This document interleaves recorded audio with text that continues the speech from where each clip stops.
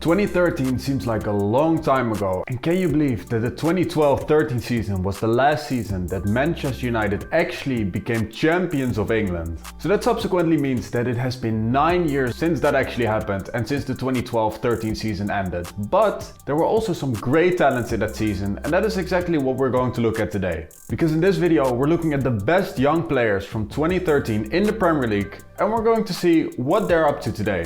And believe me, this is a very strange list because some players actually made it to their national team and they're starters now, and other players kind of dropped off a little bit. So make sure you watch all the way to the end to see which players carved out a great career for themselves and which other players didn't. And while you're at it, be sure to subscribe to this channel, make sure to drop a like as well, and without further ado, let's get right into the video. Starting off with RubenLoftusCheek, who is a Chelsea Academy graduate, who actually was a big talent in 2013. Because in the 12-13 season, he made 18 appearances for the under-18 squad and he made 9 for the under-21 squad. And during the season, he impressed so much that he was allowed to travel with the first squad to play a post-season friendly against Manchester City. But for Loftus-Cheek, it took 1 more year before he would actually make his first team debut for Chelsea. And to be fair, it actually wasn't a bad start to his career, as he replaced Cesc Fabregas in a Champions League game against Sporting. He only played 7 minutes, but not a bad way to kickstart your career. And as you would expect with many Chelsea Academy graduates, they wouldn't last long, but Ruben Loftus-Cheek is still at the club. Yes, he had some loan moves away to Crystal Palace and to Fulham, but he still amassed almost 80 games, scoring 7 times in the process. And that is Premier League games, of course, because in all competitions he played 122 times, scoring 13 times in the process. And not only that, at 26 years of age, he also played 10 times for the England national team. And right now Loftus-Cheek is still at Chelsea. There are links that he will leave the club, but as of yet, he's still a Chelsea player. So it's safe to say that Loftus-Cheek actually carved out a pretty good career for himself. And he's still 26 years of age, so there's still a lot more to come. And if you ask me, he probably needs to leave Chelsea in order to become a regular first team player somewhere. But like I said, he's still 26 years of age, so there's still a lot of time for him to do that. Next up is Barkley, another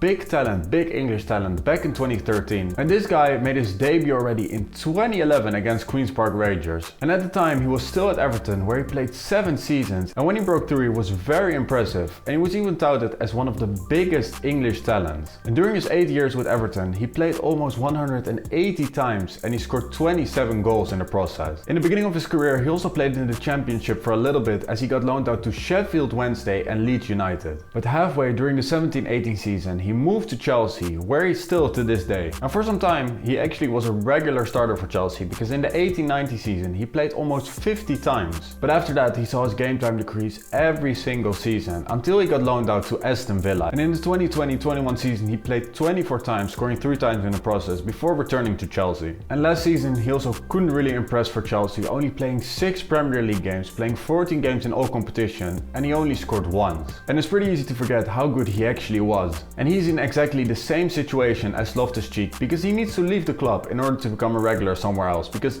this is clearly not working for him. I'm pretty sure that he gets paid a lot, but I don't know, if you're a football player, that's not the only thing that counts, right? But still, this guy played more than 300 Premier League games for clubs like Everton and Chelsea. So far, his career hasn't been that bad actually. Moving on to the next player, and the next player is Jordan Ibe. And to be fair, I completely forgot about this player. And if you did too, you're forgiven, because this guy has absolutely done nothing in his last couple of years, and especially the last year, but we'll talk about that soon. Jordan Ibe started his career with Wycombe Wanderers, where he played 11 times and he scored once, before Liverpool signed the 16-year-old at the time for an undisclosed fee. And in 2013 he already made his debut, as he got eased in the squad. While he was at Liverpool, he also got loaned out to Birmingham and Derby, where he also scored a combined 6 goals. So when Bournemouth paid almost 20 million euros for the player, some eyebrows were raised. And during his 4 years with the club, he only scored 5 goals, just 1 more than in his tenure with Liverpool. So it was pretty clear that his time in the Premier League was over, and Burnley snatched him up, and he only went on to play 1 time for the club. And last season he left England as a whole, as he went to Adanaspor over in Turkey. And so far he hasn't even played a minute there yet. And back in 2013, I don't think that a lot of people expected Jordan Ibe's career trajectory to follow this path. And can you imagine that an attacker only scored 16 career goals in almost 200 games? And that's in all competitions. He only managed to score 4 in 8 years in the Premier League. So it still baffles me to this day that a club actually paid almost 20 million euros for this guy, because he clearly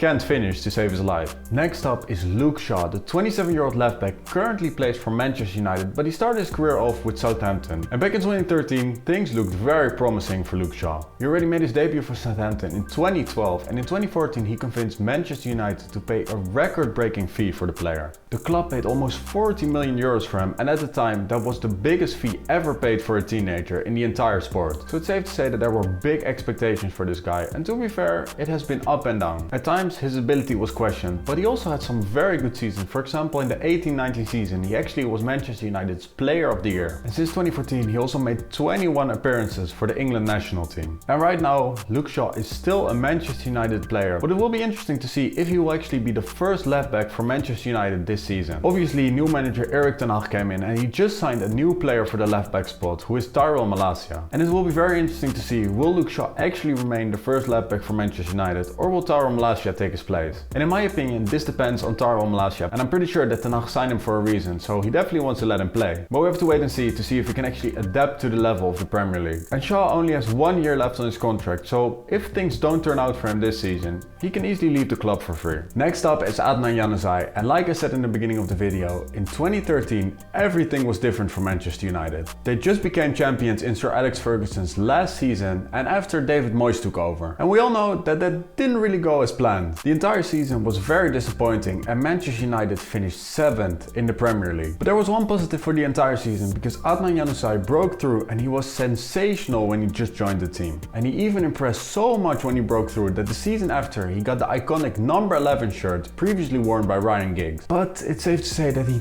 didn't really have the same level as Giggs. Far from it actually. And as we all know, David Moyes' stint with Manchester United didn't really last long, and later Louis van Gaal took over as first team manager. And he failed to convince Louis van Gaal, so he was loaned out to Borussia Dortmund. And he couldn't really impress there either, where he only played 12 games, and the season after he got loaned out to Sunderland, where he was reunited with David Moyes, and over there he played 28 times and he scored 1 goal. So Sunderland obviously didn't want to sign him permanently, so he made a move and he joined Real Sociedad. And he stayed there for 5 years, and actually it was pretty decent. The 1920 season he even scored 8 times in 29 games. And right now he's a free agent. And it looks like he could be reunited with his former boss David Moyes, as he wants to sign him over at West Ham. But is this really a good idea, returning to the Premier League where he wasn't great? So anyways guys, that's the video, the biggest talents of 2013. Let me know in the comments down below who is the biggest talent in the Premier League right now. And as always, be sure to like, share and subscribe. Check my videos on the end screen right now, and I'll see you on the next video. Peace.